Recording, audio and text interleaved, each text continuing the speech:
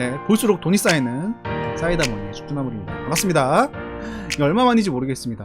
1년 가까이 된 것 같은데 여러분들 어떻게 잘 지내셨는지 모르겠습니다. 잘 지냈을 리가 없죠. 지금 역전세에 집가격은 어디든 다 떨어졌고 금리도 높고 그러다 보니까는 부동산 시장을 대부분 다 떠나는 것 같더라고요.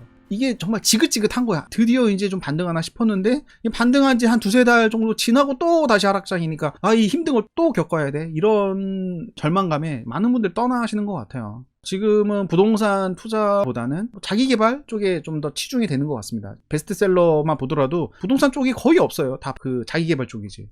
수정님 말씀도 맞아요. 투자자 입장에서 다들 떠나줄 때 내가 산 물건 사기 좋은 것도 맞습니다. 그래야지만 완화 정책도 나오고 시장 참여자들이 좀 바뀌어야 그만큼 힘들어져야 또 완화 정책도 나오는 거거든요. 힘드신데 그래도 뭐 전세 가격은 올라가니까 예전보다는 버티는 데 있어서 또 금리도 파월의 입에서 인하한다는 그런 이야기가 나왔으니까 버티는 데 있어서 좀 낫지 않을까라는 생각이 듭니다. 특례 정책이 그 전국적으로 큰 호재로 작용을 했다는 거, 그리고 13 대책으로 인해서 전매 제한을 10년에서 수도권 최대 3년, 비수도권은 4년에서 1년으로 줄었어요. 그리고 중도금 대출 같은 경우도 한도를 없애버렸습니다. 그래서 투자하기에 그렇게 부담이 없었죠. 왜냐면 보증금, 중도금 대출 한도가 사라지니까. DSR도 안 봐요. DSR도. 그래서 이런 1년의 이런 정책들로 인해서 미분양이 굉장히 줄었습니다. 미분양이. 분양권의 그런 대책들이 집중적으로 나오다 보니까는 미분양이 급속도로 줄기 시작을 합니다. 서울도 오르고 뭐 강원, 뭐 충북, 대전, 경북, 대구, 울산 등등 해서 전체적으로 온기가 돌았습니다. 9월 13일에 50년 주단대 만기를 40년으로 제한을 하고 그 다음에 특례를 딱 중단해버렸죠. 이렇게 올라가니까 수도꼭지를 잠근 거죠. 유동성 수도꼭지를. 그래서 정확히 이때를 기점으로 해서 상승률이 둔화되는 게 보이죠. 계속 이렇게 올라가다가 금융규제 들어오고 나서 상승률이 둔화되면서 급기야 최근에 하락으로 전국에 전환을 했습니다. 전세는 그래도 상승 중인데 상승률이 조금씩 둔화되고 있긴 해요. 그래도 크게 상승 중이긴 합니다. 미래는 몰라요. 그 누구도 알 수 없습니다. 그 누구도. 그렇잖아요. 파월도 모르고 버핏도 모르고 피터 린치도 모르고 막스도 모르고 부처님도 모르고 예수님도 모르고 하나님도 모르고 그 누구도 몰라. 내가 어떻게 알겠습니까? 다 모르는데. 작년에는 급락, 올해는 반등이었다면 내년은 지지부진한 침체장이 이어질 것 같습니다.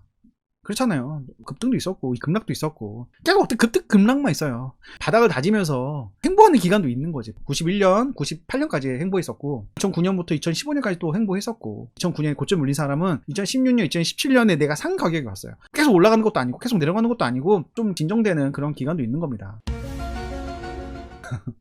이거 글을 남기고 욕을 엄청 많이 들었어요. 욕을. 어질어질하더라고. 어질어질해. 급등도 있었고 급락도 있으면 바닥을 다져야 되는 시기도 있어야 되지 않냐라는 그런 말씀을 드렸어요. 근데 많은 분들이 화가 났는데 그럴만한 게 굉장히 힘들었거든요. 이번 하락장이. 보십시오. IMF 때 13% 빠졌거든요. 나라가 부도 났을 때 준하는 하락을 보였습니다. 이렇게 단기간에 하락한 적이 IMF 때, 그 다음에 91년 전국 200만 원 입주할 때 3년에 걸쳐서 하락했는데 무려 2년 만에 9.8%. 그러니까 누구도 경험해보지 못한 정말로 힘든 상황이었다 이거죠. 서울을 사야 되나? 근데 서울은 10년 동안 올라가서 너무 비싸. 투자하기 좋은 지방이냐? 가격도 싸고. 질문들을 많이 하시는 거를 여기저기서 많이 보는 것 같습니다. 지방 투자를 하고 싶은 거야. 돈이 없고 투자는 하고 싶고 의욕은 앞서고 이런 얼굴로. 지금 당장만 보면 서울과 지방이 동시에 하락을 하고 있거든요. 그러면은 당연히 서울을 볼 수밖에 없어요. 많은 사람들이. 그렇잖아요. 서울도 싸지고 있는데 굳이 못하러 지금 지방을 봅니까? 서울도 가격 메리트가 생기는데.